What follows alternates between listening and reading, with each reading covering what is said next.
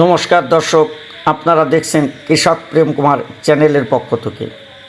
দর্শক, আপনারা দেখছেন কিভাবে আমরা লতি কাটানো দেখাচ্ছি, কারণ এইভাবে যদি আপনি লতি কাটেন তাহলে আপনার জমিটি বেশি হবে।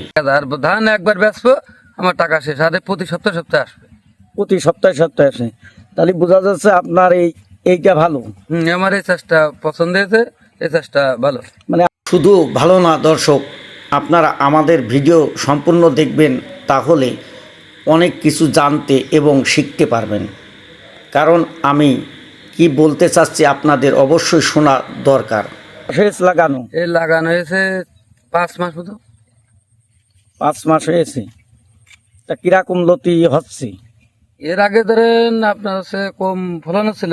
গত সপ্তাহে মাল হয়েছিল 8 মণ 34 কেজি। এই সপ্তাহে মানে বোঝা যাচ্ছে যে 10-11 মণ হতে পারে। 10-11 মণ হতে পারে।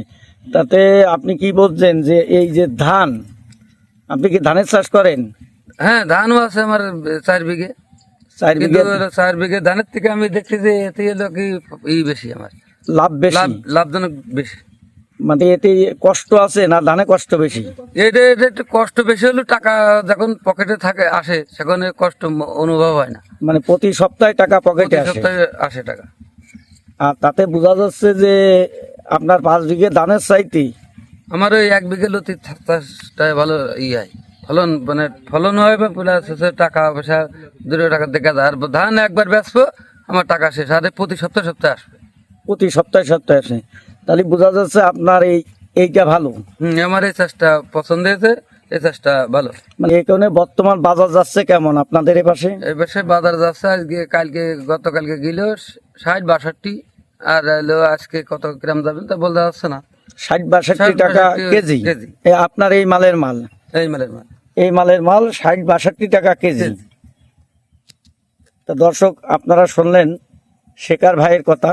আপনারা যারা লতির চাষ করতে চান অবশ্যই মনে রাখবেন, জ্যৈষ্ঠী, আষাঢ়, শ্রাবণ, ভাদ্র, আশ্বিন, কার্তিক, অগ্রহায়ণ, পৌষ মাস পর্যন্তই এই লতিটা লাগানো যায়। যে যত আগে লাগাবে সে তত পয়সা বেশি পাবে, কারণ প্রতি সপ্তাহে কিন্তু এই লতিটা কাটা যায়। আর দেখেন, আপনারা যদি দেরি করে লাগান সেই ক্ষেত্রে বৈশাখ, জ্যৈষ্ঠী, আষাঢ় মাস আসলে কিন্তু লতিটি ফুল এসে যাবে, তারপরে কিন্তু আপনাদের লতি আর ভালো হবে না, বেশি একটা হবে না। তাই যত দেরি করে লাগাবেন আপনাদের ততই ক্ষতি। যদি পারেন, আপনারা যারা লাগাতে ইচ্ছুক, এখনকার সময় যে জমিটা লাগাবেন অবশ্যই উঁচু জমি দরকার। যদি 1 সপ্তাহ পানি বাদে তারপর জমির থেকে চলে যায়, তাহলে কিন্তু আপনারা এই লতিটা লাগানো যাবে। আর যদি মনে করেন যে না, আমার জমিটি 1 মাস ধরে হাঁটু সমান পানি বাদে, তাহলে কিন্তু আপনাদের অনুরোধ করছে আপনারা এই লতির চাষ করবেন না। আপনার পরিচয়টা জানান। আমার নাম শেখর কুন্ডু, আমার গ্রামের নাম মাঝি আলী, আমার হলো জেলা যশোর, থানা বাগারপাড়া, পোস্ট অফিস জোহরপুর। এইটা কিন্তু যশোরের সেই অরিজিনাল লতিরাজ। এর ধরন এমনই, কারণ আমার মনে হয় বাংলাদেশে এত পরিমাণে ফলন এই লতিটি হয় না। তাই আপনারা যারা এখনে চাষ করবেন তাদের কোনো লস হবে না, আমি কৃষক প্রেম কুমার জোর করে বলতে পারি, যদি আপনারা নিয়ম ঠিক মতো ফলো করেন। আর যারা নিয়ম ফলো না করবেন তাদের কিন্তু লস হতে পারে, কারণ আপনারা তো বোঝেন না এই চাষটা। অবশ্যই আমার কাছ থেকে একটু জানবেন, শুনবেন, তাহলে কিন্তু আপনাদের খুবই ভালো হবে। হ্যাঁ, অনেকে মনে করে যে তুমি আসলে কোনকের কলিমুদ্দিন। আসলে আমি কিন্তু কোনো কলিমুদ্দিন না, তবে আমার মনে হয় যে আমি যাদেরকে দিয়েছি তাদের খুবই ভালো হচ্ছে।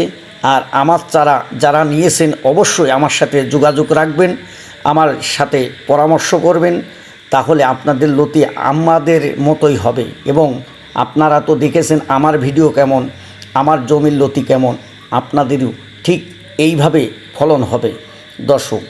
আর আমি শুধু চারা দিই না, আমি শুধু আপনাদের পরামর্শও দিই। আর পরামর্শের জন্যই আমি সবসময় রেডি থাকি যে আপনারা কিভাবে চাষ করলে আপনারা লাভবান হবেন। আর আমি তাইতে আপনাদের এই যে অনেক সময় অনেক যারা আমার সাথে লেনদেন করে তারা জানে যে আসলে আমি কেমন ব্যক্তি। ইতিমধ্যে অনেকে আমার বাড়িতে আসছেন এবং আমার ভুঁইতে চারা নিচ্ছেন। আমার যে 2 বিঘে ভুঁইটি দেখাইছি এবং সেই জমিতে চারা করছি, আপনারা তো দেখছেন, আপনারা সেই জায়গাতেই পাচ্ছেন আমাদের এই যশোরের লতিরাজ।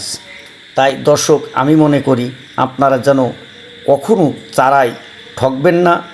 আর এইভাবে ফলন যদি না হয় অবশ্যই আমার কাছ থেকে একটু জানিয়ে নেবেন, যারা আমার কাছ থেকে এই চারাটা নেবেন বা নিয়েছেন, তাহলে আপনাদের ফসল আমার মনে হয় 100% ভালো হবে। আর ওর কথা শুনে আপনারা কিন্তু জমিতে যে কোনো কীটনাশক বা অনেক সার আছে ব্যবহার করা যায় না। তাই আপনারা যখন তখন কিন্তু কারোর কথা মতো শুনে দেবেন না। দর্শক, এ হলো আমার কথা। সবাই ভালো থাকবেন, সুস্থ থাকবেন। ধন্যবাদ আপনাদের।